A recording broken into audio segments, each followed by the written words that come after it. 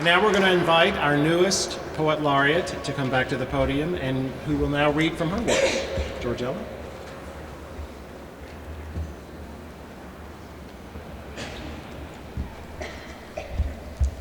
I have to say that the first time I sang a solo in church when I was like 10 years old, and the Harlan Christian Church was right across from the fire station, the accompanist played the opening, and when I opened my mouth, the fire whistle blew. So,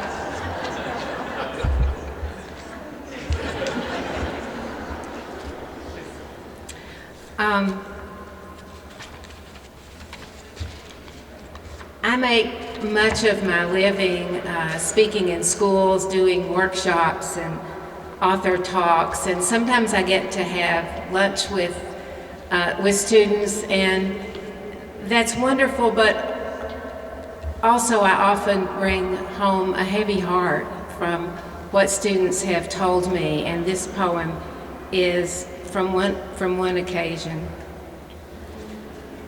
Not sure. I asked a fourth grader how her day was going. I don't know, she said. My mama's getting married. That could be good, I told her. I don't know, she repeated. She's marrying Daddy. Before I could ask anybody else, a boy volunteered. My mother's in the Guard, and they're sending her to Iraq. Her boyfriend isn't sure he can keep me. What about your dad, I ask. He lives in New York with his new family. He's not sure either.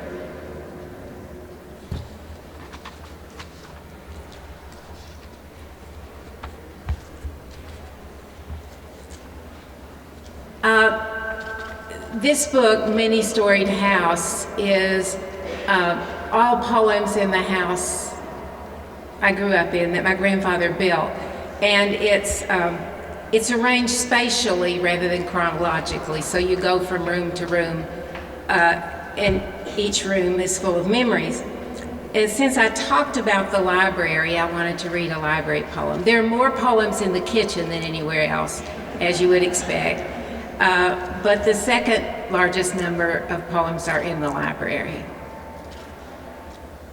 On those shelves, from the landing, you step down into a room out over the garage. This is the room that made us who we were. Book lovers, scholars, people of the word who found a safe place between hard covers. Decal or gilt-edged, the wild world opened.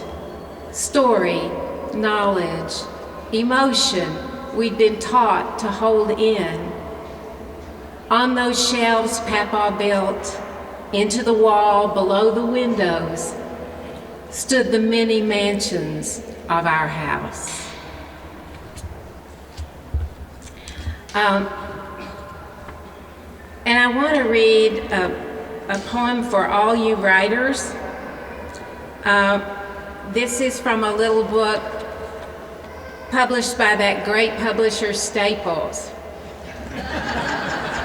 They do a great job.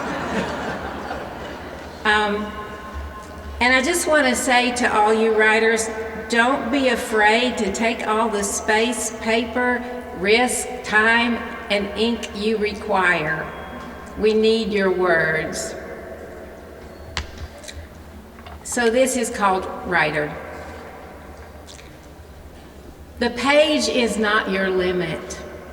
This book, this room, they are not your margins. You can write on a street, a state, a continent. You who wove your words out of meadow grasses and hawk feathers, write on the river, write on the sky, write in between November sycamore branches, on the line of a prairie horizon. Write back to history.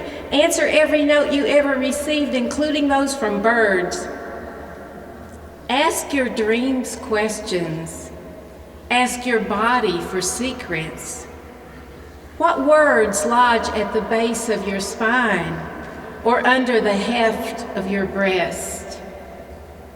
Each stroke of your heart sends rich red ink on its errands, picking up food and air, brightening speech. Think, you are never inkless, always in the flow. You have only to pick up a pen, small wand that taps your great tree of life. This is the season. You are what you are. And one more.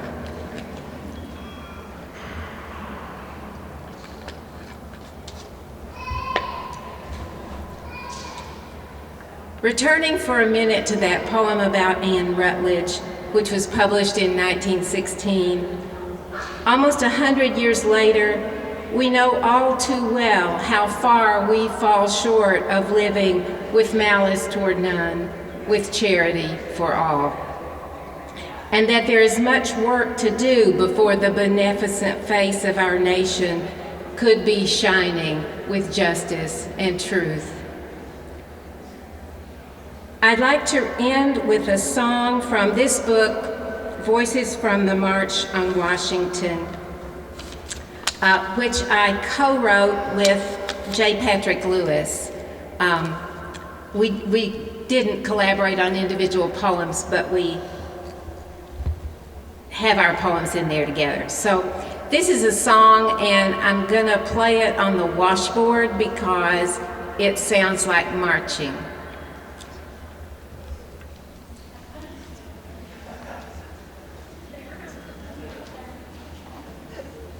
I hope they don't call security.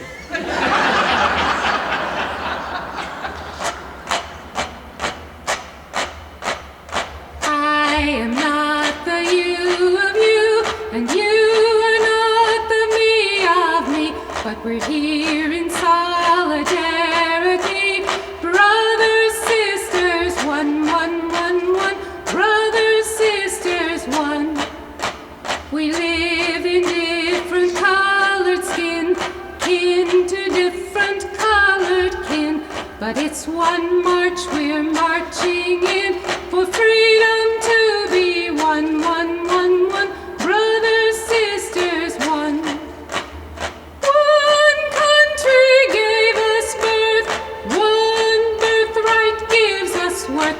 We must stand equal on the earth, for justice to be done, for freedom to be one, brothers, sisters, one.